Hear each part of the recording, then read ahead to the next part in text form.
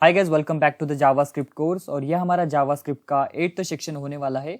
और इसके अंदर हम बात करने वाले हैं कि फंक्शंस क्या होते हैं। बेसिकली फंक्शन का हम कैसे यूज करते हैं, फंक्शन को कैसे क्रिएट करना है, एंड फंक्शन का सिंटैक्स, एवरीथिंग अबाउट फंक्शंस इस वाले सेक्शन के अंदर हम देखने वाले हैं। तो चलिए फिर वीडियो को शुरू करते हैं। तो सबसे पहले हम समझते हैं कि फंक्शन क्या होता है एंड उसका सिंटैक्स क्या है। तो यहाँ पर देखिए, in JavaScript a function is a block of reusable code. Function क्या है? एक ब्लॉक ऑफ रियूजेबल कोड है दैट परफॉर्म्स स्पेसिफिक टास्क और set of task. Function are used to organize code into modular and manageable pieces and promote किसको करता है? Code reuse and programs more readable. बस आपने इतना सा समझना है कि फंक्शन क्या है। एक रीयूजेबल कोड है, ठीक है, जैसे कि आप बार बार यूज करोगे। जैसे कि कोई टास्क है, सपोज करिए आपको टास्क ऐसा लग रहा है कि आप उसे बार बार कर रहे हो, सेम पीस ऑफ कोड आप बार बार लिख रहे हो, तो आप उस चीज को एक फंक्शन के अंदर बना दोगे एंड देन आप उसमें से थोड़ी बहुत स्टेप्स करके आप उसका यूज कर सकते हो। वो कैसे मैं आपको आगे बताता हूँ, बट लेकिन आप इतना भी समझ लो कि फंक्शन क्या होता है। एक रीयूजेबल ब्लॉक है कोड का, जिसके अंदर की हम एक कोड लिखते हैं एंड देन उस कोड को हम बार बार यूज करते हैं। जैसे कि आपको किसी ने एक टास्क दे दिया कि उसको आपको 5 बार करना है, तो आप उसको 5 बार न करते हुए बस आप उसको एक बार करोगे एंड देन थोड़े बहुत स्टेप्स उसके अंदर चेंज करके आप वो अपना टास्क आगे बढ़ाओगे। बस आप इतना भी यहाँ पर समझ लो कि फंक्शन एक रियूजेबल ब्लॉक ऑफ कोड है, जो कि हम उसको रीयूज कर सकते हैं और उससे हमारा कोड जो है तो मोर रीडेबल बनता है और बहुत ही ज्यादा मॉड्यूलर बनता है कोड। ओके, तो चलिए नेक्स्ट जो है यहाँ पर ये देखिए, फंक्शन को हम कुछ इस तरीके से यहाँ पर लिखते हैं। बेसिकली ये फंक्शन का सिंटैक्स है। यहाँ पर क्या करते हैं, हम फंक्शन लिखते हैं, उसका नाम यहाँ पर देते हैं एंड देन जो भी अगर हमें वैल्यूज कुछ देनी है अंदर फंक्शन के अंदर, तो वो हम यहाँ पर पास करते हैं। अभी आप इन सारी चीज़ों के बारे में मत सोचो, बस अभी यहाँ पर आप इतना देख लो कि हम फंक्शन को क्रिएट कैसे कर रहे हैं। तो चलिए अभी मैं आपको विजुअल स्टूडियो पर बताता हूँ कि रीयूजेबल कोड का मतलब क्या होता है एंड देन आपको प्रैक्टिकली मैं आपको दिखाता हूँ कैसे है वो। तो ठीक है, तो यहाँ पर देखिए हमने यहाँ पर लिखा भी है same in JavaScript, function is the block of reusable code that perform specific task और set of task. Function are used to organize code into a modular and manageable pieces and that promote code reuse and make programs more readable. Okay, तो यहाँ पर देखिए हमारे पास एक चीज है कि 3 students at the same time wants to find the sum of 2 number. 3 students है और उनको at the same time उनको sum of numbers find करने हैं। तो फर्स्ट स्टूडेंट के लिए करते, तो यहाँ पर मैं आता हूँ where, और उसके अंदर 2 वैल्यूज लेना पड़ेगा मुझे। तो मैंने एक वेरिएबल लिया a और उसके अंदर मैं दे देता हूँ 15 एंड सेकेंड वेरिएबल लूंगा b और उसके अंदर दे दूंगा यहाँ पर 30। ओके, तो यहाँ पर हम एक साथ 2 वेरिएबल भी डिक्लेयर कर सकते हैं, बस आपको ध्यान देना है कि बीच में कॉमा होना चाहिए। ओके, सो एक साथ हम 2 वेरिएबल भी यहाँ पर डिक्लेयर कर सकते हैं।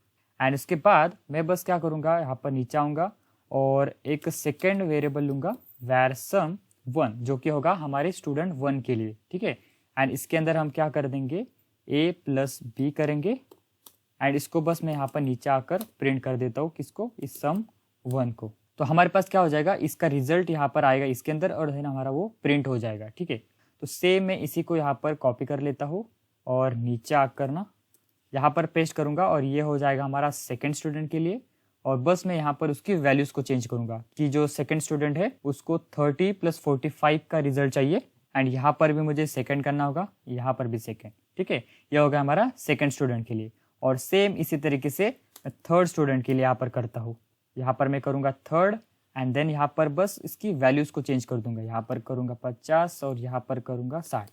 ठीक है, एंड ये हो गया हमारा थर्ड स्टूडेंट के लिए एंड इसको यहाँ पर प्रिंट भी कर देता हूँ। ठीक है, तो यहाँ पर हमने ये रिक्वायरमेंट जो थी 3 student at the same time wants to find the sum of 2 numbers. ठीक है, तो ये जो था ये हमने यहाँ पर कर दिया है। ओके, तो इसको अगर मैं सेव करता हूँ, रन करता हूँ, तो देखिए हमारे पास रिजल्ट जो है तो यहाँ पर करेक्ट आ रहा है। जो 3 वैल्यू थी हमारी, ठीक है, तो ये हमारे पास आ रही है। जो सम ऑफ नंबर है हमारा 2 नंबर्स का, वो हमारे पास यहाँ पर आ रहा है। ओके, तो यहाँ पर अभी आप एक चीज नोटिस करी होगी आपने कि हमें एक ही चीज करनी है, हमें क्या करना है, सम ऑफ 2 नंबर्स फाइंड करना है। ठीक है, बट यहाँ पर हम इन तीनों वैल्यूज के लिए हमें कितना सारा कोड यहाँ पर लिखना पड़ा, देख रहे हो आप। यहाँ पर ये जो पूरा कंप्लीट कोड है ये बस इन 3 वैल्यूज के लिए हम लिख रहे हैं। ठीक है, ये जो 3 वैल्यूज हमारे पास आ रहे हैं उसके लिए हमने इतना सारा कोड लिखा। अभी आपने एक चीज यहाँ पर नोटिस की होगी कि हम जो है तो सेम ही चीज कर रहे हैं। यहाँ पर भी देखिए हमने सेम चीज करी, यहाँ पर भी हमने सेम किया और यहाँ पर भी हमने सेम ही किया है। तो यहाँ पर बस चेंज क्या हो रहा है, ये वैल्यू चेंज हो रही है हमारी।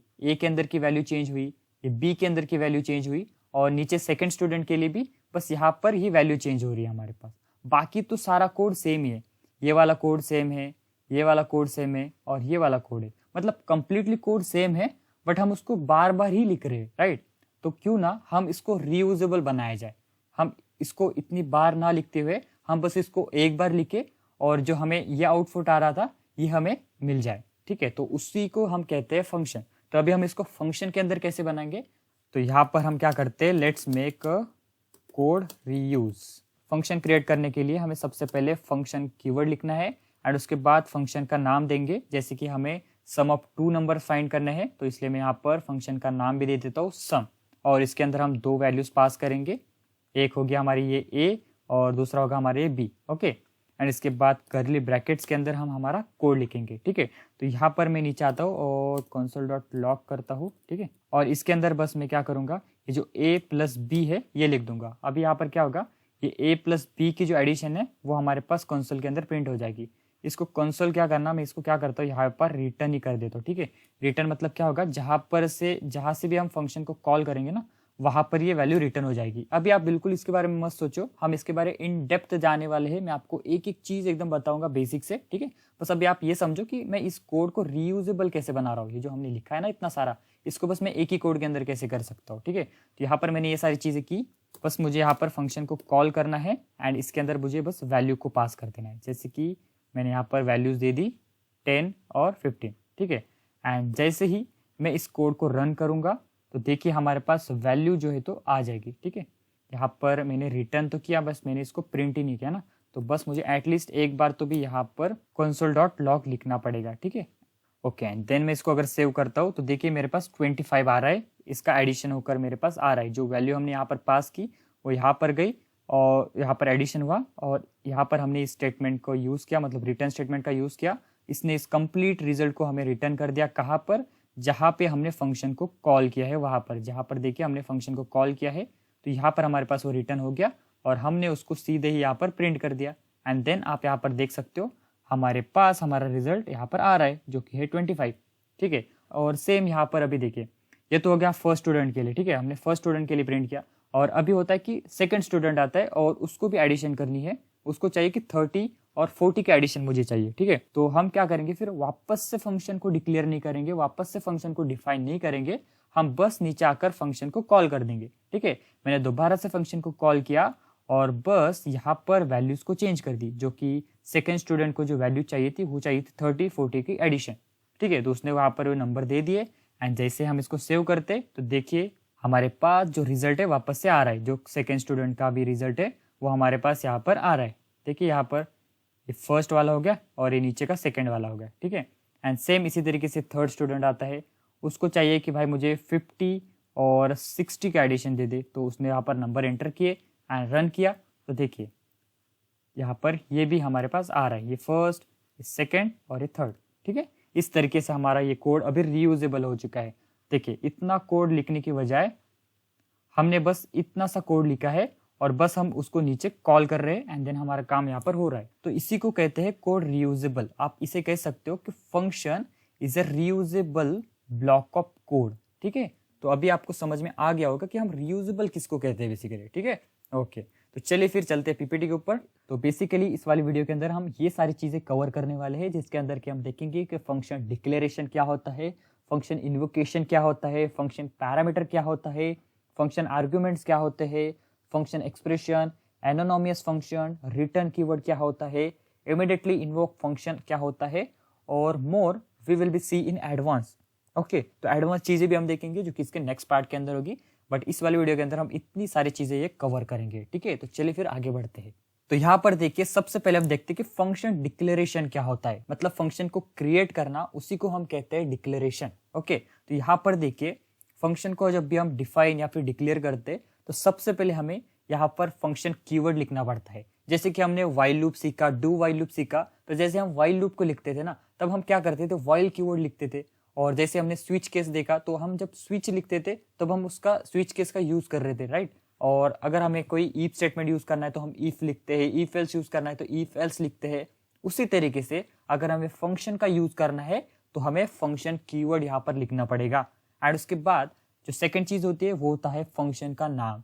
मतलब आप कोई सा भी नाम दे दो, जैसे कि यहाँ पर देखिए ये जो सम है ये क्या हो गया, हमारा फंक्शन का नेम हो गया, राइट। ये फंक्शन कीवर्ड और ये क्या हो गया, फंक्शन का नाम। एंड जो नेक्स्ट चीज होती है वो होती है आपकी फंक्शन की बॉडी। तो यहाँ पर देखिए ये जो आपका कर्ली ब्रैकेट है ना, ये ओपनिंग और ये क्लोजिंग, इस कर्ली ब्रैकेट के अंदर जो भी आपका कोड होगा ना वो होगा आपके इस फंक्शन की बॉडी। मतलब आप जब भी इस फंक्शन को कॉल करोगे आपका जो फंक्शन के बॉडी के अंदर जो भी कोड होगा वो आपका एग्जीक्यूट यहाँ पर हो जाएगा, ठीक है। तो इसी को हम कहते हैं फंक्शन डिक्लेरेशन बेसिकली। तो यहाँ पर आपने ये सारी चीजें समझ ली, लेकिन यहाँ पर एक चीज है कि हमने फंक्शन को क्रिएट तो कर लिया बट इसका कहीं पर हम यूज ही नहीं कर रहे, ठीक है। अगर हम ऐसे ही इसको बना देंगे, राइट, हमने बस एक फंक्शन का नाम दिया, उसके अंदर हमने उसकी बॉडी भी दे दी, बट लेकिन हम इसको फंक्शन को यूज ही नहीं कर रहे, तो उसको यूज करना मतलब क्या हो गया, फंक्शन को कॉल करना। तो उसी को हम जावास्क्रिप्ट के अंदर कहते हैं फंक्शन इन्वोकेशन। मतलब फंक्शन को कॉल करना कह लो या फंक्शन को बुलाना कह लो, आप कुछ भी अपने भाषा में कह सकते हो। तो बस लेकिन हम उसको ऑफिशियली कहते हैं फंक्शन इन्वोकेशन। ओके, तो वो कैसे, देखिए यहाँ पर मैंने फंक्शन को क्रिएट किया, मतलब फंक्शन को डिक्लेयर किया, एंड देन यहाँ पर मैंने उसको कॉल किया। जब मैं इस फंक्शन को कॉल करूंगा देन हमारा ये फंक्शन का यूज होगा, राइट। तो जब हम इसको यहाँ पर कॉल करेंगे देन हम इस बॉडी के अंदर आएंगे, जो भी कोड इसके अंदर होगा वो हमारा एग्जीक्यूट होगा, ठीक है। देखिए यहाँ पर we need to call the function name, ठीक है। तो फंक्शन को हम कॉल कैसे करते हैं, थ्रू द फंक्शन नेम। ये जो फंक्शन का नाम है वो एज इट इज हमने यहाँ पर लिख दिया, देन हमारा जो फंक्शन है यहाँ पर ये कॉल हो जाएगा, ठीक है। तो वो कैसे, चलिए यहाँ पर मैं आपको बताता हूँ। तो यहाँ पर देखिए फंक्शन डिक्लेरेशन, हमने बात की फंक्शन को हम डिक्लेयर कैसे करते। तो declare a function using function keyword followed by the function name, parameters if any, and the function body, right? This step defines the function and specifies what code should be execute when the function is called. Okay, तो यहाँ पर देखिए मैंने function को declare तो कर दिया, ठीक है। यहाँ पर देखिए मैंने फंक्शन कीवर्ड लिखा, फंक्शन का नाम लिखा एंड उसकी बॉडी लिख दी। उसके बॉडी के अंदर मैंने क्या किया है, बस एक स्ट्रिंग को प्रिंट किया है जो कि कहेगी hello guys welcome to the JavaScript course. Okay, but लेकिन अगर मैं इसको ऐसे रन करता हूँ, ठीक है, एक बार क्या करता हूँ, इस वाले चीज को ना मैं कमेंट आउट कर देता हूँ, नहीं तो इसका रिजल्ट हमें मिल जाएगा, ठीक है। इसको कमेंट कर देता हूँ सिंपल, एंड देन इसको मैं सेव करके अगर रन करता हूँ, ठीक है, बस इतने पार्ट को अभी देखो आप, ठीक है। तो इसको अगर रन करता हूँ तो देखिए यहाँ पर इसको क्लियर करके मैं आपके लिए रन करता हूँ, ठीक है। तो देखिए यहाँ पर कुछ भी नहीं आ रहा है क्योंकि मैंने फंक्शन को डिक्लेयर तो कर दिया, डिफाइन तो कर लिया, बस मैं इसका यूज ही नहीं कर रहा हूँ, मैं इसको कॉल ही नहीं कर रहा हूँ, तो इसका फिर यूज ही नहीं होगा कुछ, ठीक है। तो अगर हमें फंक्शन को यूज करना है तो हमें उसको कॉल करना पड़ता है। तो कॉल कैसे करेंगे, सिंपल फंक्शन का नाम लिखेंगे हम। देखिए ये जो फंक्शन का नाम है ये मैंने यहाँ पर लिख दिया, एंड अगर मैं इसको रन करता हूँ तो देखिए हमारे पास रिजल्ट आ जाएगा। देखिए hello guys welcome to the JS course. Okay, तो इस तरीके से होता है हमारा function declaration, and this is your function calling means function invocation, ठीक है। तो चलिए फिर आगे बढ़ते हैं। तो यहाँ पर देखिए हमारे पास नेक्स्ट प्रैक्टिस टाइम। तो यहाँ पर हमें क्या करना है, write a function to find the sum of two number. Okay, तो हमें एक फंक्शन बनाना है जो कि sum of two numbers find करके देगा। तो हम अभी एकदम स्क्रैच से बनाएंगे, ठीक है। तो सबसे पहले मैं क्या करता हूँ, फंक्शन का कीवर्ड लिखता हूँ एंड उसके बाद फंक्शन का नाम हम देते हैं यहाँ पर। तो ठीक है, मैंने फंक्शन का नाम दिया, उसके बाद हम कर्ली ब्रैकेट देते। तो ये क्या हो गया हमारा फंक्शन डिक्लेरेशन। ओके, यहाँ तक आपको क्लियर है, ठीक है। तो यहाँ पर अभी हम इसके अंदर कोई वैल्यू नहीं देने वाले, ठीक है। तो अभी तक आपको मैंने बताया नहीं है कि हम इसके अंदर वैल्यूज को जो देते हैं तो उसको क्या कहते हैं, और जो वैल्यूज को हम यहाँ पर पास करते हैं तो उसको क्या कहते हैं। तो ये सारी चीजें हमने अभी तक देखी नहीं है, तो इसलिए मैं यहाँ पर सिंपल फंक्शन को यूज करने वाला हूँ। ओके, तो वो कैसे यहाँ पर अभी देखिए। तो यहाँ पर मैं आऊंगा नीचे, यहाँ पर मैंने एक ए वेरिएबल लिया, उसके अंदर एक वैल्यू दे दी, ठीक है, और एक बी वेरिएबल लिया, उसके अंदर एक वैल्यू दे दी, ठीक है।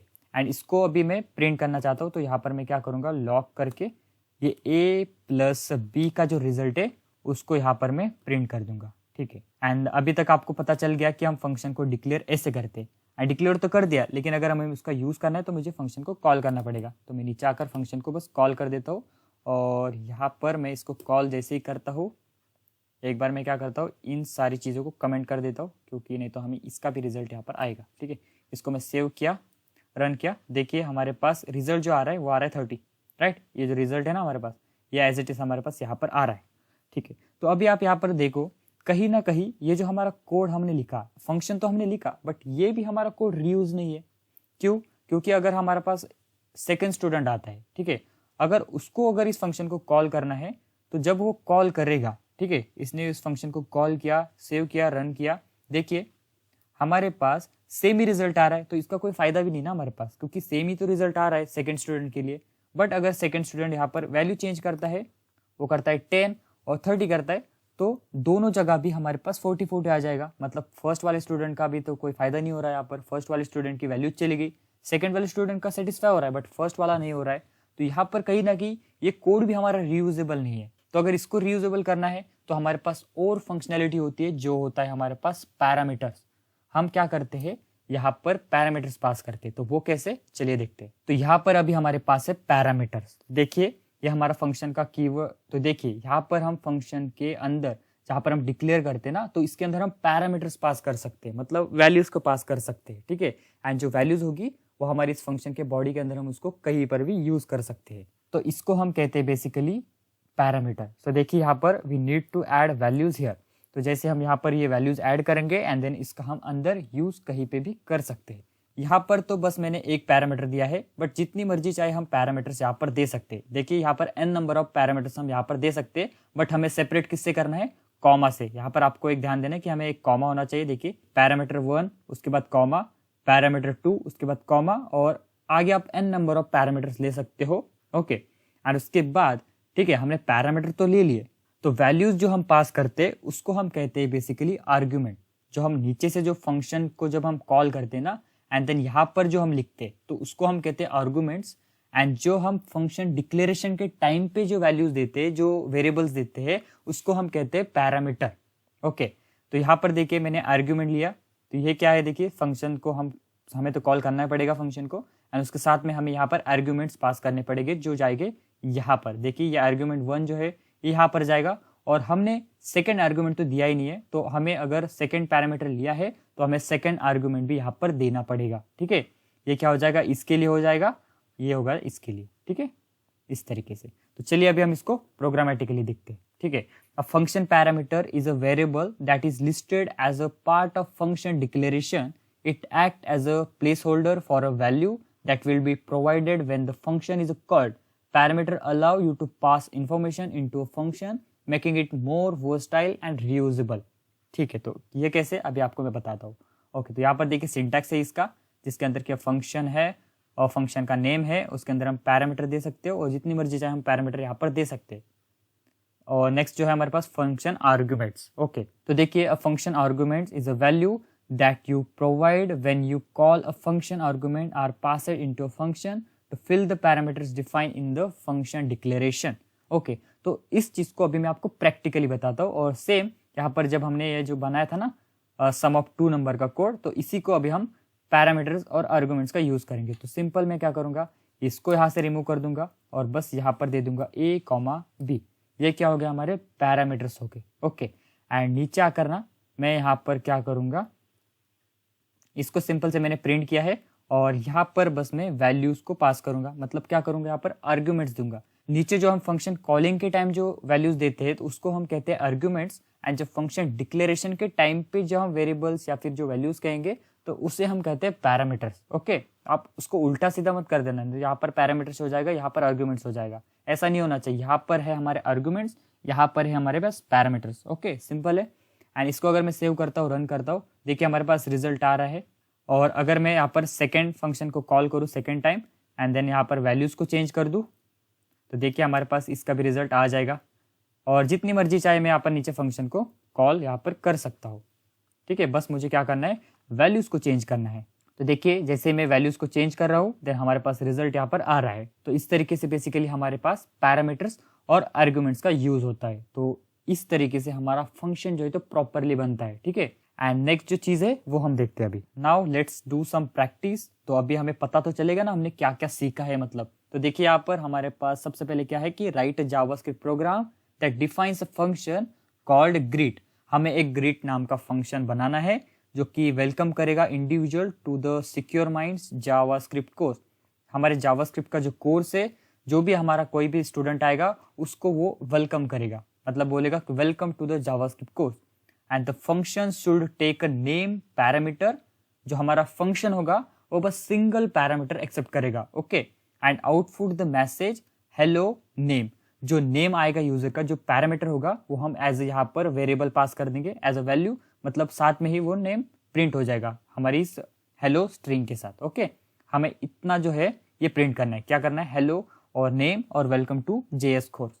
And call the function twice once with the argument Aniket and once with the argument Jadhav. हमें 2 बार फंक्शन को कॉल करना है, एक बार अनिकेत नाम के साथ और एक बार जादव नाम के साथ, ठीक है। तो चलिए फिर हम इसको क्रिएट करते हैं। तो यहाँ पर मैं नीचे आता हूँ और सबसे पहले मैंने आपको बताया कि हम फंक्शन को जब भी बनाते हैं हमें फंक्शन कीवर्ड लिखना पड़ता है।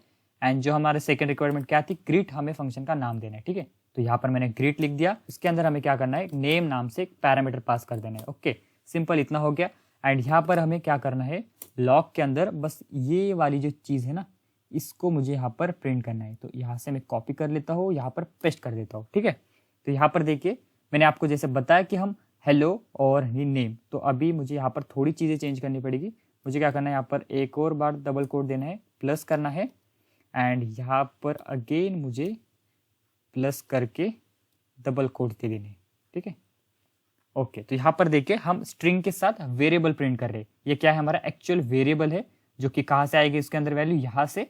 एंड ये क्या है, स्ट्रिंग है, राइट। तो हमने उसको कॉन्केट किया है स्ट्रिंग के साथ, मतलब ये स्ट्रिंग के साथ हमारा वेरिएबल कॉन्केट किया और वेरिएबल के साथ ये वाली स्ट्रिंग कॉन्केट की। तो हमने, अगर आपने लास्ट वीडियोस देखी होगी तो आपको ये चीज़ समझ में आ गई होगी, ठीक है, ओके। तो अभी बस हमें क्या करना है, इसको कॉल करना है। तो नीचे आऊँगा और ग्रीट यहाँ पर लिखूंगा और इसके अंदर बस मैं नेम पास कर दूंगा। जो फर्स्ट आर्गूमेंट था वो मैंने यहाँ पर दे दिया, ठीक है। एंड जैसे मैं इसको सेव करता हूँ, रन करता हूँ, तो देखिए यहाँ पर क्या हो रहा है, हेलो अनिकेत, बट यहाँ पर स्पेस नहीं आ रहा। तो मैं स्पेस के लिए क्या करता हूँ, यहाँ पर स्पेस दे दूंगा, देन इसको सेव करूंगा। तो देखिए हमारे पास प्रॉपरली आ रहा है hello Aniket welcome to the JS course. And same नीचे आऊंगा, यहाँ पर कर दूंगा, सेकेंड आर्गूमेंट यहाँ पर दे दूंगा, ओके। देन सेकेंड स्टूडेंट के लिए आया, देखिए उसके लिए भी यहाँ पर सेकेंड मैसेज प्रिंट हो गया। थर्ड स्टूडेंट आता है, सपोज यहाँ पर मैं क्या करता हूँ, सेकेंड स्टूडेंट आया, उसका नाम है श्याम। तो देखिए श्याम के लिए भी यहाँ पर प्रिंट हो जाएगा, hello Shyam welcome to JS course.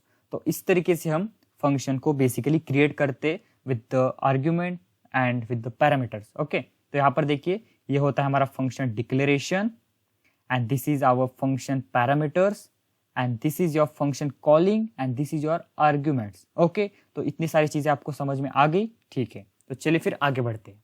And next क्या है, देखिए write a function to find the sum of 2 numbers with the parameters. Guys हमने ये ऊपर ही देख लिया, तो नीचे देखने की कोई जरूरत नहीं ना, राइट। ये देखिए ये फंक्शन पैरामीटर्स है हमारे, एंड नीचे से हम आर्गुमेंट्स पास कर रहे हैं। तो यही जो कोड है, मैं क्या करता हूँ, इसको कॉपी करके यहाँ पर पेस्ट कर देता हूँ। ये क्या है, हमारा sum of 2 numbers with the parameters, okay. ये क्या है, हमारे पैरामीटर्स है और ये हमारे आर्गुमेंट्स है। इसका रिजल्ट यहाँ पर आ रहा है और हम उसको प्रिंट भी यहाँ पर कर दे रहे हैं, ठीक है। जैसे मैं इसको सेव करता हूँ, देखिए हमारे पास ये रिजल्ट आ रहा है इन सारी चीज़ों का। जो वैल्यूज पास कर रहे हैं ना स्टूडेंट्स, ये यहाँ पर जा रही है और यहाँ से यहाँ पर उनका एडिशन हो रही है और सीधे हम यहाँ पर console.log करके इस रिजल्ट को प्रिंट कर दे रहे हैं, ठीक है, ओके। इसको भी मैं कमेंट कर देता हूँ क्योंकि हमने ऑलरेडी देख लिया है। एंड नेक्स्ट है हमारे पास फंक्शन एक्सप्रेशन। देखिए फंक्शन एक्सप्रेशन क्या होता है, तो अभी आपको मैं बताता हूँ। जैसे कि हमने एक्सप्रेशन देखा था कि एक वेरिएबल होता है, राइट। एक सपोज ए वेरिएबल है और उसके अंदर एक वैल्यू है, राइट। ये वैल्यू मतलब एक स्ट्रिंग है सपोज, ओके। तो ये क्या होता था, हमारा एक्सप्रेशन होता है। तो हम इसी तरीके से हम किसी वेरिएबल के अंदर भी हमारे फंक्शन को असाइन कर सकते हैं। तो वो कैसे, देखिए यहाँ पर मैं क्या करता हूँ, रिजल्ट नाम से मैंने एक वेरिएबल लिया और इसके अंदर ना हम एक फंक्शन देंगे। तो फंक्शन में क्या कर देता हूँ, ये सम ऑफ 2 नंबर का ही फंक्शन यहाँ पर दे देता हूँ, राइट। तो मैं क्या करता हूँ, इसको मैंने ना अनकमेंट करना है, एक बार 1 मिनट, इसको मैं अनकमेंट कर देता हूँ एंड देन यहाँ पर मैं इसको असाइन कर देता हूँ, ठीक है। तो देखिए यहाँ पर अभी क्या हो गया कि हमने इस फंक्शन को असाइन कर दिया, कहाँ पर, इस वाले वेरिएबल के अंदर, राइट। तो अगर मैं इसको ऐसे कॉल करता हूँ तो देखिए हमारे पास कुछ भी यहाँ पर प्रिंट नहीं हो रहा। देखिए यहाँ पर क्या कर रहा है कि सम इज नॉट डिफाइंड, क्योंकि सम कहीं भी डिफाइन ही नहीं कह रहा है वो, क्योंकि हमने फंक्शन को कहाँ पर असाइन कर दिया है, इस वेरिएबल के अंदर। तो अभी हमें इस वेरिएबल का यूज करना पड़ेगा अगर हमें इस फंक्शन का यूज करना है। तो देखिए इस सम की जगह अगर मैं रिजल्ट कर देता हूँ एंड देन इसको रन करता हूँ तो देखिए हमारे पास रिजल्ट आ जाएगा, क्योंकि अभी हम इसकी जगह इसको यूज करेंगे। वो कैसे, देखिए जब भी हम कोई वेरिएबल क्रिएट करते, सपोज ए मैंने क्रिएट किया, अनिकेत मैंने यहाँ पर उसके वैल्यू दे दी, राइट। तो अगर मुझे इस अनिकेत को यूज करना है तो मैं अनिकेत थोड़ी ना लिखूंगा नीचे। अगर मुझे लॉग करना है ऐसे नीचे आकर और अनिकेत अगर करूंगा तो ये मेरे पास प्रिंट नहीं होगा, राइट। देखिए अनिकेत इज नॉट डिफाइंड बोलेगा, बट लेकिन अगर मुझे इसको यूज करना है तो मैं इसको असाइन कहाँ पे किया है, इस ए के अंदर, तो फिर मैं किसको यूज करूंगा, ए को। जैसे मैं ए को यूज करूंगा एंड देन अगर प्रिंट करूँ, देखिए अनिकेत यहाँ पर प्रिंट हो रहा है। तो उसी तरीके से हमारे फंक्शन के अंदर अगर हम इस फंक्शन को इस वाले वेरिएबल के अंदर असाइन करते हैं तो हम इस वेरिएबल का यूज करेंगे जहां पर भी हमें फंक्शन का यूज करना है। ओके, तो आपको फंक्शन एक्सप्रेशन समझ में आ गया, काफी सिंपल ही है। और यही आगे जाकर हमारा एनोनॉमस फंक्शन भी बनेगा और हमारा फैट एरो फंक्शन भी बनेगा। तो देखिए यहाँ पर function expression is a way to define function as a part of expression. It can be either name or anonymous. If it is named it becomes named function expression. अगर name रहा तो उसे हम नेम्ड फंक्शन एक्सप्रेशन कहेंगे, और अगर उसका name नहीं रहा तो उसको हम एनोनॉमस फंक्शन कहेंगे। तो एनोनॉमस फंक्शन आगे, तो चलिए उसको भी हम देख लेते हैं, ठीक है। तो यहाँ पर देखिए एनोनॉमस फंक्शन। एनोनॉमस मतलब क्या, कि जैसे हैकर होता है उसका कोई नाम नहीं होता है, मतलब उसे कोई नहीं जानता है कि वो कौन है। तो उसी तरीके से हमारा फंक्शन है एक। तो जैसे मैं क्रिएट भी करके दिखा देता हूँ, राइट। तो यहाँ पर मैं इसी को कॉपी कर लेता हूँ, यहाँ पर पेस्ट कर देता हूँ, इसको अनकमेंट कर देंगे, ठीक है। तो यहाँ पर देखिए ये एक फंक्शन है हमारा, राइट, और इसका नाम ही नहीं है, ठीक है। यहाँ पर देखिए, तो अभी इस फंक्शन का कोई नाम ही नहीं है। अगर मुझे इसको कॉल करना रहा तो मैं कैसे करूंगा, मैं इसको कॉल ही नहीं कर सकता हूँ, क्योंकि भाई इसका कोई नाम ही नहीं है। मैं इसको कॉल कैसे करूंगा। अगर इसको हमें कॉल करना है तो हमें इसको किसी वेरिएबल के अंदर असाइन करना पड़ेगा। जैसे कि मैंने रिजल्ट नाम से वेरिएबल लिया, एंड अगर मुझे इसको अभी कॉल करना है इस फंक्शन को, तो अभी मैं किसका यूज करूंगा, इस रिजल्ट का, ठीक है। तो जैसे मैं यहाँ पर रिजल्ट करता हूँ, यहाँ पर रिजल्ट करता हूँ एंड देन इसको सेव करके रन करता हूँ, देखिए हमारे पास वैल्यू यहाँ पर प्रिंट हो गया। अगर मैं यहाँ पर करता हूँ 50 एंड यहाँ पर भी कर देता हूँ 50, सेव करता हूँ, रन करता हूँ, तो देखिए हमारे पास 100 और 80 यहाँ पर आ रहा है, ठीक है। तो इसको कहते हैं हम एनोनॉमस फंक्शन, जिसका कोई नाम नहीं होता है, ठीक है। तो ये हो गया आपका एनोनॉमस फंक्शन जिसका कोई नाम नहीं होता है। एंड नेक्स्ट जो है फंक्शन एक्सप्रेशन, जिसका मतलब कि अगर हम कोई नेम दे रहे, अगर हमारे ये फंक्शन है, इसको अगर हम किसी वेरिएबल के अंदर असाइन कर रहे तो उसको हम कहते हैं नेम्ड फंक्शन या फिर फंक्शन एक्सप्रेशन, ठीक है। ओके, तो आई होप सो कि आपको ये दोनों चीजें समझ में आ गई होगी। तो मैं क्या करता हूँ, इसको भी कमेंट आउट कर देता हूँ। एंड नेक्स्ट चीज है हमारे पास रिटर्न कीवर्ड। तो रिटर्न स्टेटमेंट या फिर रिटर्न कीवर्ड का यूज हम बेसिकली कैसे करते हैं वो भी मैं आपको बताता हूँ, ठीक है। तो नीचे आता हूँ मैं, और यहाँ पर अभी हम क्या करते, सेम यही कोड मैं क्या करता हूँ, कॉपी कर लेता हूँ, इसको मैं अनकमेंट करता हूँ एंड यहाँ पर मैं क्या करूँगा, फंक्शन को क्रिएट कर लेता हूँ एक बार फटाफट से। सम मैंने फंक्शन बना लिया, यहाँ पर भी मैं सम कर देता हूँ, ठीक है। तो इतनी चीजें होगी। एंड जब हमने यहाँ पर देखिए स्टार्टिंग में एक चीज देखी थी, देखो यहाँ पर, ये देखिए यहाँ पर मैंने फंक्शन क्रिएट किया था, ये देखिए, और यहाँ पर हमने पैरामीटर दिए, यहाँ पर आर्ग्यूमेंट्स हमने पास किए, और हमने जो रिजल्ट है उसको रिटर्न किया है। यहाँ पर देख रहे हो आप, इसको रिटर्न किया है, मतलब जो पूरा हमारा ये जो एक्सप्रेशन है इसका जो रिजल्ट आएगा वो रिटर्न कहाँ पर होगा, जहां पर हम फंक्शन को कॉल कर रहे हैं वहां पर। देखिए यहाँ पर मैंने फंक्शन को कॉल किया है एंड इसके पैरेंथेसिस के अंदर मैंने आर्गुमेंट्स पास किए हैं, मतलब जो हमारा रिजल्ट आएगा वो कहाँ पर आएगा, यहाँ पर, ठीक है। एंड देन मैंने सीधे इसको यहाँ पर प्रिंट किया है। तो अभी रिटर्न क्या है वो देखते हैं यहाँ पर। तो देखिए यहाँ पर return keyword in JavaScript, the return statement is used within a function to specify the value that the function should be produce or provide back to the code that called it. The return statement stops the execution of a function and sends a value back to the caller. जहां पर हम उस function को call कर रहे हैं वहां पर हमारी वैल्यूज को वो सेंड करता है। तो अभी मैं आपको इसको एकदम अच्छे से बताता हूँ, राइट। तो यहाँ पर देखिए क्या है कि return a function of 2 numbers, right. तो अभी हम क्या करते हैं, हमारा 2 नंबर का जो प्रोग्राम है इसी को यहाँ पर मैं ले लेता हूँ और इसको अभी मैं आपको रिटर्न करके बताता हूँ, ठीक है। तो देखिए यहाँ पर मैं इसको अनकमेंट करता हूँ। देखिए हमने फंक्शन क्रिएट किया सिंपल से, और यहाँ पर अभी हम इसको प्रिंट नहीं करेंगे, इसको मैं क्या करूँगा, यहाँ पर रिटर्न करूँगा इस पूरे स्टेटमेंट को, ठीक है। मतलब जो पूरा एक्सप्रेशन का जो रिजल्ट आएगा ना वो हमारा रिटर्न हो जाएगा, राइट। रिटर्न ए प्लस बी, इसको अगर हम ऐसे भी कट कर देते ना तो भी कोई दिक्कत नहीं है, ठीक है। एंड इसको अभी जब भी मैं इस फंक्शन को कॉल करूँगा इसके अंदर जो वैल्यूज में पास करूँगा, जैसे कि यहाँ पर देखिए वैल्यूज को मैंने पास किया एंड बस एटलीस्ट मुझे एक बार इसको प्रिंट करना होगा। मैं चाहूँ तो इसको किसी वेरिएबल के अंदर भी ले सकता हूँ, जैसे कि मैंने रिजल्ट नाम से एक वेरिएबल लिया सपोज, एंड नीचे आकर मैं रिजल्ट नाम से इसको प्रिंट कर देता हूँ, राइट। जो ऊपर हमने किया था ना इसको डायरेक्टली प्रिंट किया था, बट मैंने अभी क्या कर रहा हूँ, इसके जो रिजल्ट आएगा ना जहाँ पर ये रिटर्न होगा, यहाँ से रिटर्न होगा वो आएगा हमारे पास यहाँ पे, एंड उसकी वैल्यूज को मैंने असाइन कर दिया आर ई एस के अंदर, मतलब रिजल्ट के अंदर। और इसको मैं अगर मैं प्रिंट करता हूँ, रन करता हूँ, तो देखिए नीचे जो चीज़ें उसको कमेंट कर देता हूँ एंड देन रन करता हूँ, तो देखिए 51। अगर यहाँ पर मैं वैल्यूज को चेंज कर देता हूँ, 36 कर देता हूँ, रन करता हूँ, तो देखिए 72। तो यहाँ पर क्या हो रहा है अभी सिंपल से देखिए, हमने सबसे पहले फंक्शन को डिक्लेयर किया, राइट। फंक्शन को डिक्लेयर किया, उसके अंदर हमने 2 पैरामीटर्स दिए हैं ए कॉमा बी, और नीचे से हम उसकी वैल्यूज को पास करें। 36 मैंने पास किया, एंड जो 36 है ये वाला, ये जाएगा ए के अंदर, और दूसरा 36 जो है वो जाएगा बी के अंदर, राइट। एंड देन यहाँ पर क्या हो रहा है कि जो हमारा कैलकुलेशन है इन दोनों पैरामीटर्स का, ये जो दोनों पैरामीटर्स है इनका जो कैलकुलेशन होकर आएगा, ठीक है, 36 + 36 वो रिटर्न हो रहा है हमारा। एंड जैसे ही वो रिटर्न होगा तो हमारा जो प्रोग्राम कंट्रोल है इस फंक्शन के बाहर आएगा, एंड देन यहाँ पर जहाँ पर हमने फंक्शन को कॉल किया है वहां पर आ जाएगा जो भी रिजल्ट है इसका वो। एंड वो जो रिजल्ट है हमने बस सिंपली यहाँ पर इस रिजल्ट नाम के वेरिएबल के अंदर असाइन कर दिया एंड उसको यहाँ पर प्रिंट कर दिया है, ठीक है। अगर मैं डायरेक्टली इसको प्रिंट कर देता हूँ, जैसे कि इसको कॉपी करता हूँ और यहाँ पर डायरेक्टली पेस्ट कर देता हूँ, ठीक है, तो भी हमारा रिजल्ट यहाँ पर सेम आएगा। देखिए 72 मैंने डायरेक्टली इसको प्रिंट कर दिया है। और यहाँ पर एक चीज ध्यान दो, ये जो लाइन मैंने लिखी है ना यहाँ पर, the return statement stop the execution of a function and sends a value back to the collar.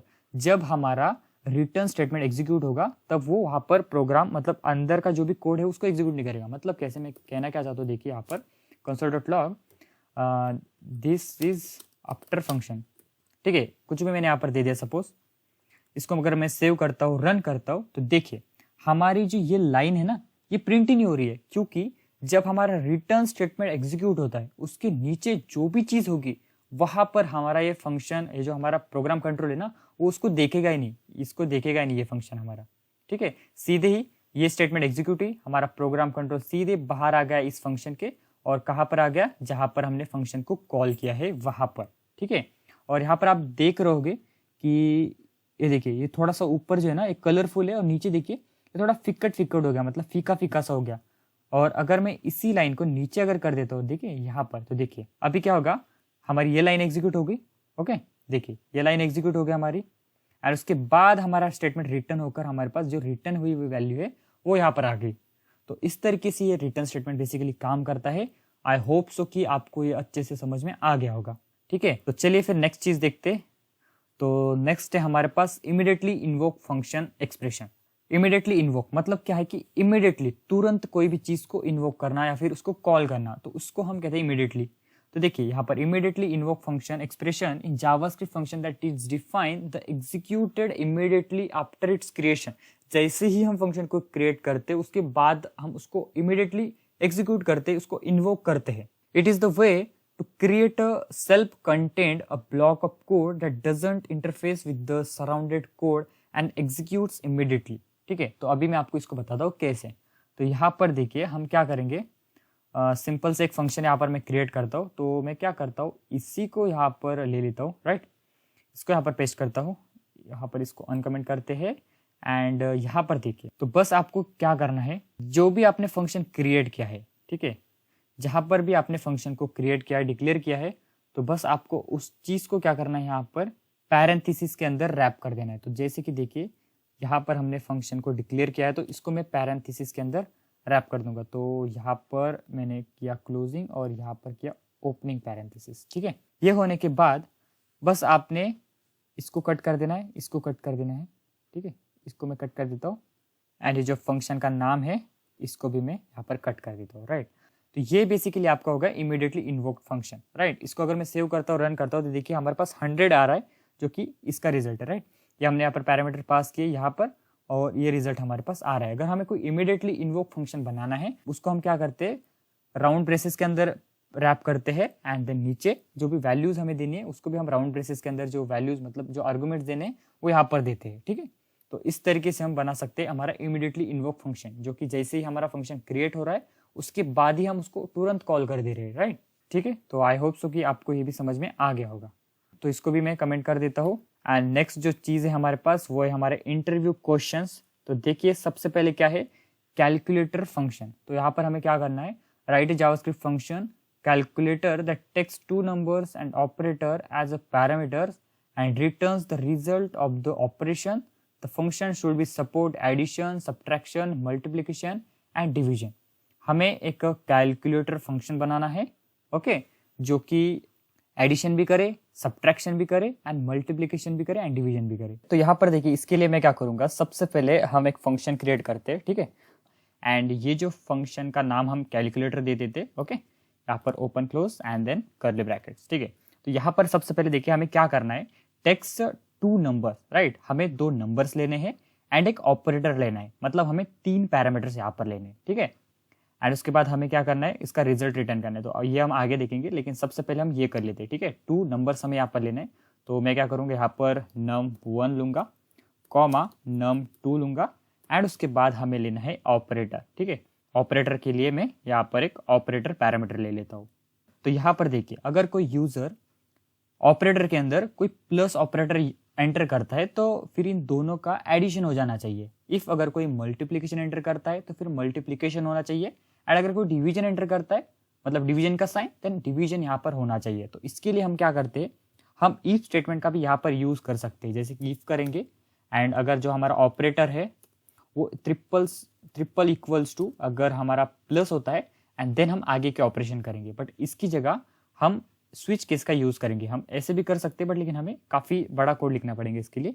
तो मैं क्या करता हूँ, यहाँ पर स्विच का यूज़ करूँगा। तो हम सबसे पहले क्या करेंगे, यहाँ पे मैं करता हूँ switch, okay, SWI switch, and इसके अंदर मैं दे दूंगा ये ऑपरेटर, हमारा जो साइन होगा ना हमारा, ये यहाँ पर आ जाएगा। और उसके बाद नीचे आते हैं हम, और इसके अंदर हम करेंगे केसेस को मैच। अगर हमारा जो केस है वो मैच होता है किसके साथ, प्लस के साथ, ओके, जो ऑपरेटर है यहाँ पर ये साइन और ये साइन अगर मैच होता है देन फिर हमारी यहाँ पर एडिशन होनी चाहिए। तो उसके लिए हम सिंपल से क्या करेंगे, कॉलन करेंगे एंड नीचे आकर मैं क्या करता हूँ, यहाँ पर बस num1 प्लस num2 कर दूंगा, राइट। इन दोनों का एडिशन हमारे पास हो जाएगा।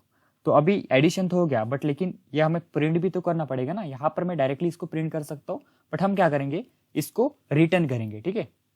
तो रिटर्न कहाँ पर हो जाएगा, ये फिर जहाँ पर हम फंक्शन को कॉल करेंगे ना वहाँ पर ही रिटर्न हो जाएगा, ओके। मैं आपको बाद में समझाऊंगा पूरा का पूरा कोड, ओके।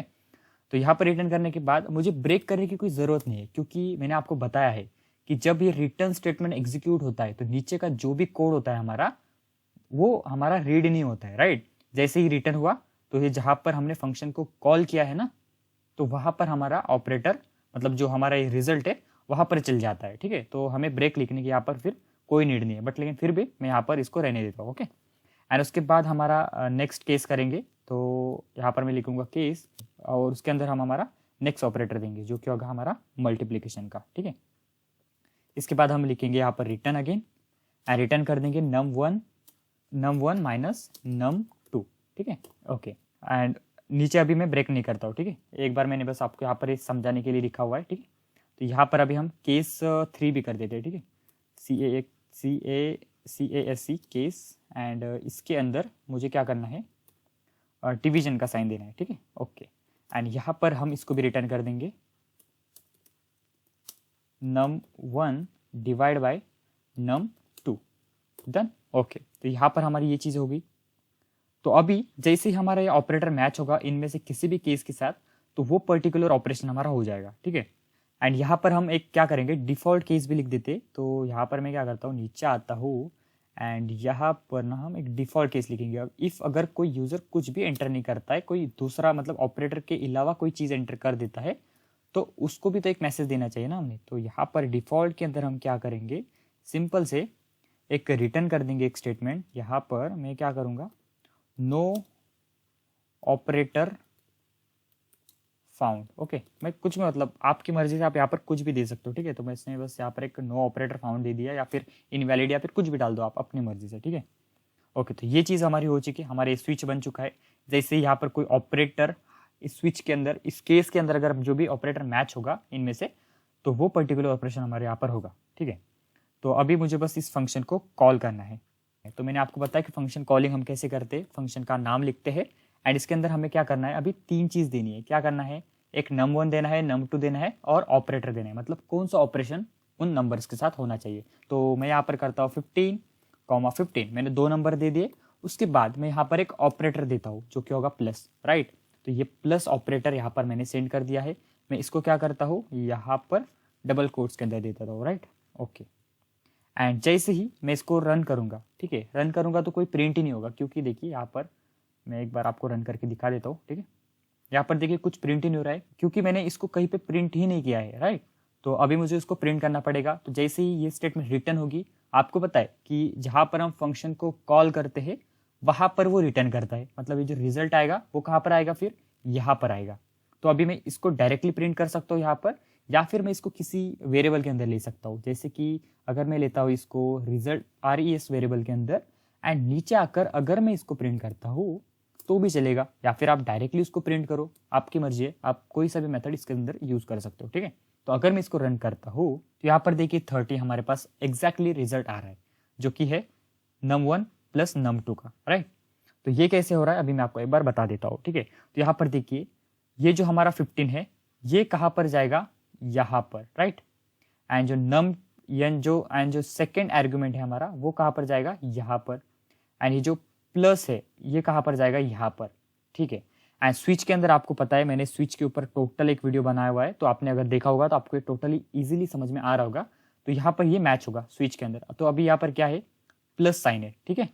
तो यहाँ पर केस के अंदर मैच होगा वो, अगर इस ऑपरेटर के अंदर, मतलब इस स्विच के अंदर जो एक्सप्रेशन रहता है ना हमारे यहाँ पर, अगर प्लस साइन है तो फिर हमारा ये वाला केस एग्जीक्यूट हो जाएगा, ठीक है, ये वाला।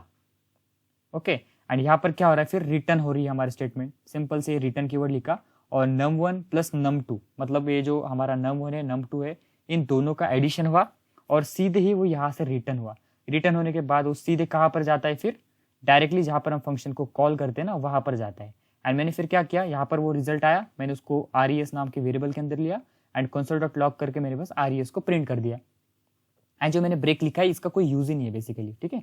मैं इसको रिमूव भी कर दूँ ना यहाँ पर तो भी कोई दिक्कत नहीं है। अगर हम रिटर्न स्टेटमेंट नहीं यूज करते थे तो हमें ब्रेक कीवर्ड लिखना ही पड़ता था, अगर लिखते नहीं था फिर ऑटोमेटिकली नीचे का भी केस एग्जीक्यूट कर देगा बेफालतू में, ठीक है। तो अभी यहाँ पर आपको ये सारी चीजें समझ में आ गई है, ठीक है। तो यहाँ पर अगर मैं ऑपरेटर चेंज करता हूँ, जैसे कि मैं अगर माइनस साइन देता हूँ, रन करता हूँ, तो देखिए 15 माइनस 15 0, ओके। एंड अगर मैं यहाँ पर डिवीजन साइन देता हूँ, रन करता हूँ, तो देखिए यहाँ पर 1, 15 डिवाइडेड बाई 15 क्या होता है 1।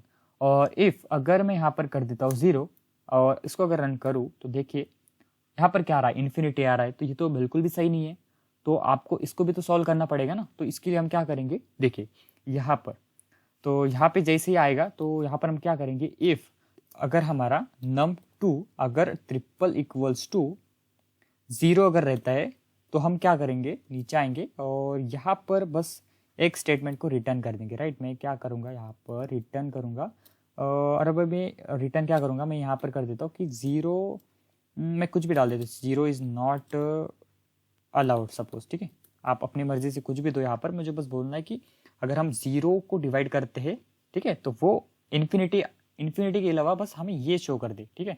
तो यहाँ पर मैं इसको रन करता हूँ दोबारा से, और इस पार्ट को मुझे एल्स के अंदर देना पड़ेगा, राइट। तो इसको मैं एल्स पार्ट के अंदर देता हूँ, ठीक, एक बार, ठीक है। तो यहाँ पर मैं इसको इस पार्ट को एल्स के अंदर दे देता हूँ, ठीक है, यहाँ पर, ठीक है। तो जैसे मैं इसको रन करता हूँ तो देखिए 0 इज़ नॉट अलाउड आ रहा है। अभी ये प्रॉपर कोड हो गया हमारा, ठीक है। अगर हम 0 से किसी को डिवाइड करते हैं तो फिर वो हमें 0 इज़ नॉट अलाउड कहेगा, ठीक है। 0 इज़ नॉट डिविजिबल बाय, कुछ भी ऐसा आप लिख सकते हो वहाँ पर, ठीक है। तो यहाँ पर मैं दोबारा से 3 कर देता हूँ एंड एंटर करता हूँ, तो देखिए हमारे पास अप्रोप्रिएट प्रॉपरली रिजल्ट आ रहा है, ठीक है। तो आई होप सो कि आपको ये समझ में आ गया होगा कि किस तरीके से ये काम कर रहा है बेसिकली। तो ओके, तो आप इस तरीके से इस क्वेश्चन को सॉल्व कर सकते हो। यहाँ पर सबसे पहले मैंने क्या किया है, बस 3 पैरामीटर्स लिए हैं, जिसके अंदर की हमने num1 num2 लिया है और एक ऑपरेटर लिया है, सिंपल। एंड जैसे ही मैं फंक्शन को कॉल कर रहा हूँ वहाँ पर मैं 2 वैल्यूज दे रहा हूँ, मतलब जो num1 है वो num2 दे रहा हूँ, उसी के साथ हम ऑपरेटर दे रहे हैं कि हमें इन 2 नंबर्स के साथ ये वाला ऑपरेशन परफॉर्म करना है। तो उसके लिए मैंने बस एक स्विच केस लिखा हुआ है। तो जैसे ही हमारा ये ऑपरेटर यहाँ पर मैच होगा, ठीक है, सबसे पहले यहाँ पर आएगा एंड देन यहाँ पर जब वो मैच होगा, अगर हमने प्लस किया तो यहाँ पर इस ऑपरेटर मतलब इस वेरिएबल के अंदर क्या रहेगा, प्लस रहेगा। एंड देन इनमें से किसी केस के अंदर वो मैच हो गया, ठीक है, प्लस रहा, यहाँ पर भी प्लस रहा, तो फिर ये स्टेटमेंट रिटर्न होगी। यहाँ पर अगर माइनस साइन रहा, मतलब यहाँ पर अगर माइनस साइन रहा तो ये रिटर्न होगा। यहाँ पर अगर डिवीजन साइन रहा तो हमारा ये वाला रिटर्न होगा, मतलब ये, ठीक है। इफ अगर यहाँ पर कोई यूजर इसके अलावा कोई और चीज दे देता है, जैसे कि क्यू दे दिया उसने, ठीक है, तो अभी क्यू तो कोई ऑपरेटर ही नहीं है, तो इसको अगर हम रन करेंगे तो हमारे पास देखिए नो ऑपरेटर फाउंड आएगा, राइट। अगर यहाँ पर कोई यूजर 1 कर देता है, ठीक है, तो फिर हमारे पास क्या आएगा, नो ऑपरेटर फाउंड। इफ अगर कोई यूजर इनटू एंटर कर देता है, तो अभी हमने यहाँ पर इनटू के लिए कोई ऑपरेटर लिया ही नहीं, तो फिर क्या आएगा, नो ऑपरेटर फाउंड। तो इसके लिए भी हम एक ऑपरेटर यहाँ पर कर लेते हैं, मतलब इसके लिए भी हम यहाँ पर एक केस बना लेते हैं। तो मैं क्या करूँगा, इसी चीज़ को यहाँ से कॉपी कर लेता हूँ, नीचे आता हूँ एंड यहाँ पर पेस्ट कर देता हूँ, राइट। और यहाँ पर क्या करेंगे, हम यहाँ पर कर देंगे इनटू एंड यहाँ पर मैं कर दूंगा इनटू, ठीक है। ऑलराइट, तो यहाँ पर देखिए हमारा ये मल्टीप्लिकेशन भी हो जाएगा, ठीक है। तो अगर कोई यूज़र यहाँ पर मल्टीप्लिकेशन करना चाहता है तो यहाँ पर बस वो मल्टीप्लिकेशन देगा। जैसे रन करेंगे हम, देखिए हमारे पास 45 आ रहा है, 50 इंटू 3 45। ओके, तो कुछ इस तरीके से ये हमारा क्वेश्चन है और आप इस तरीके से इसको सॉल्व कर सकते हो। आई होप सो कि आपको ये समझ में आ गया होगा, ठीक है।